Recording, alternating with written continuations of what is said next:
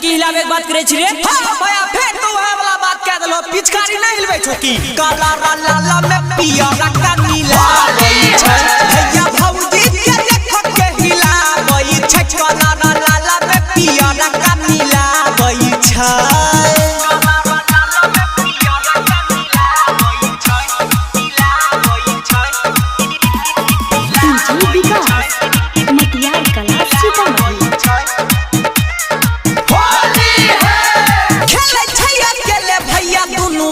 या साला गइने रिहया गले फागुन से होली है या गले फागुन से खेले छैया केले भैया दुनु बैलून से या साला गइने रिहया गले फागुन से अरे है मक्का हमर फायदा उठाबै छै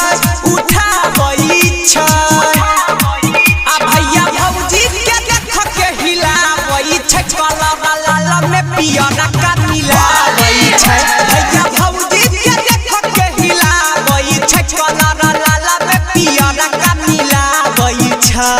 Radhika recording studio Saharsa. DJ Vikas Matiyar Kala Sitamarhi.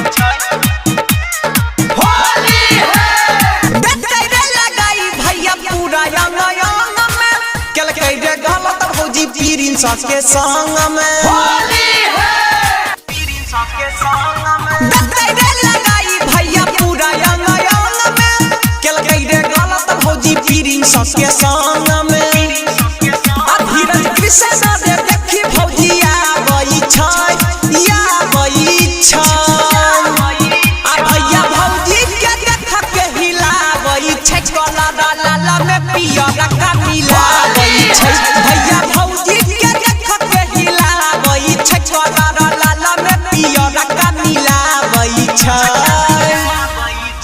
Recording by Sujit Saharsa.